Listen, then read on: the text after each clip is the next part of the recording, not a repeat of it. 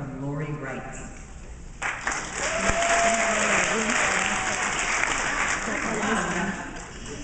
I just want you to know my mom called backstage to say good luck and be strong. So if I cry, it's her fault. And number two, I'm not one, whatever they say about the mommy bloggers, let them. Powerful thing. Letter to my body, letter to my face.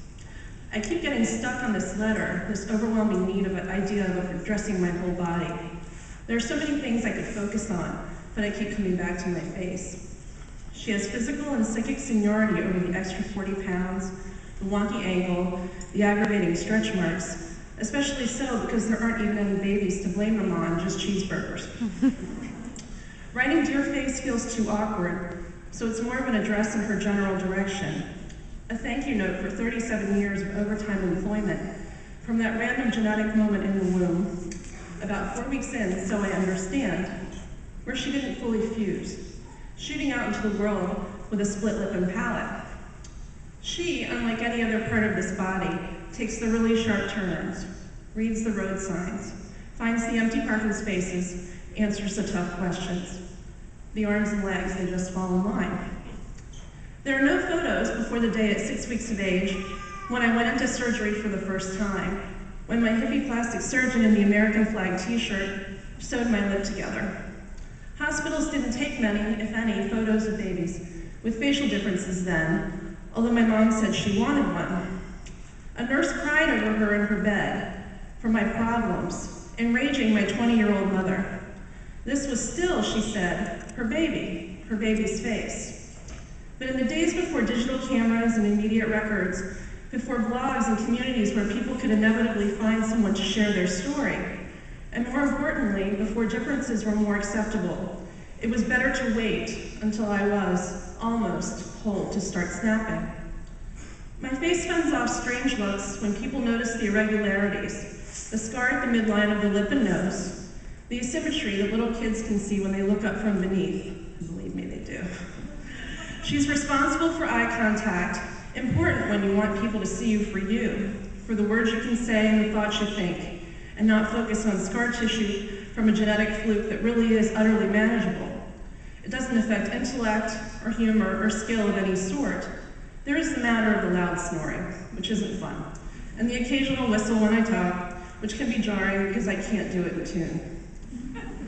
It's not easy being at the front of the pack when you look different from the average in this looks-obsessed culture, according to the maddening scale that changes depending on the circumstance. Bars in college weren't so fun. Just like 5th grade, actually, except men weren't yet coming up to me then to ask for my best friend's number, because surely it was my life's dream to hook up my girls with unworthy partners.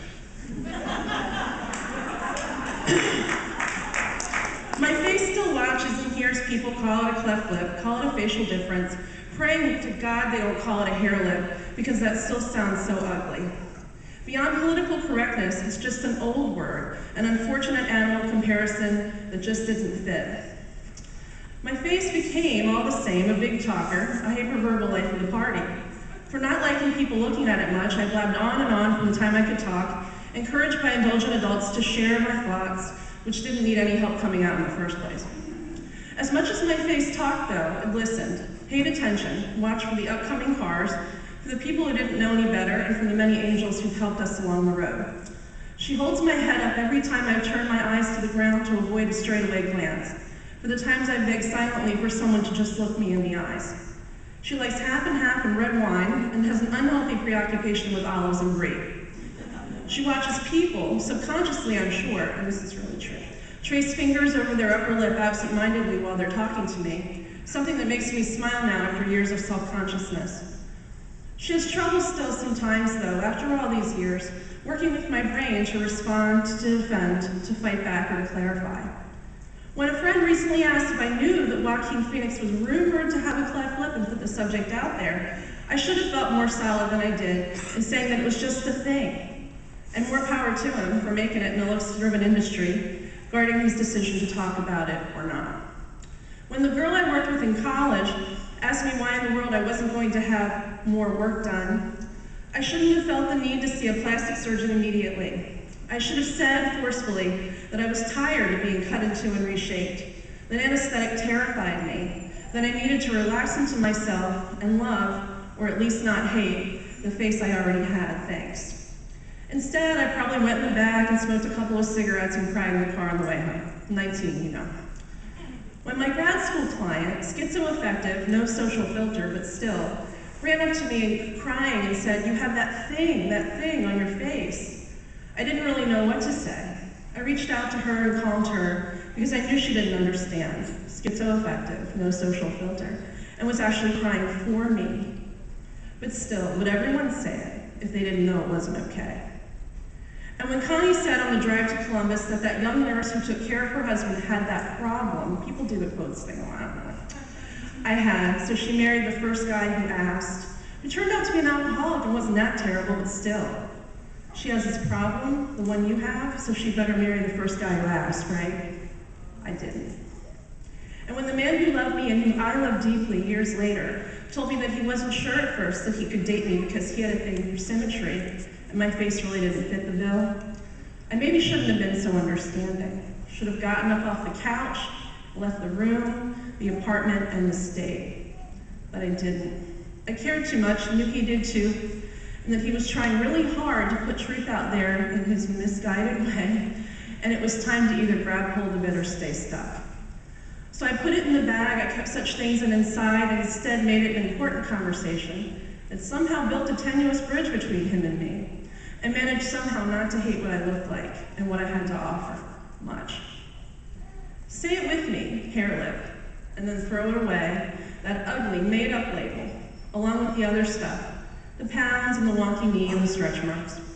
Embrace the fact that we can stretch to the sky, walk the beach for miles, travel across the country 8,000 miles from home and tell stories, even though there our face is still a little bit more shocking than it is at home. Something we can tell because eyes linger longer there, questions are asked more pointedly than they are here.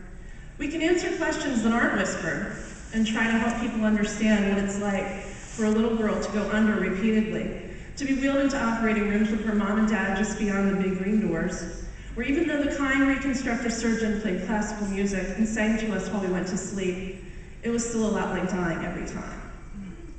We can still get out there every day and look people in the eye, or try to. We can smile even if it's a little crooked, and use our mouth that's still so big, even though it's long since been sewn together, to speak the truth, and more frequently than ever these days, to defend principles and other people along with our own fragile selves. And if my face and I can never fully embrace this blip on the genetic screen that caused this problem, we can hold people in our arms like once we push them away with equal force. We can thank the stars for every shallowed person a facial scar sent away, just like we can thank them for every minute in the deep end with good people who don't just see the surface. We can know a little better when to talk and when to shut up. We're strong enough now that if anybody says that nonsense about that which doesn't kill you makes you stronger, it's just sort of comical, and we can say we've had enough, that it had better be mostly sunshine and roses from now on. And always, completely on purpose, we will wear fabulous lipstick.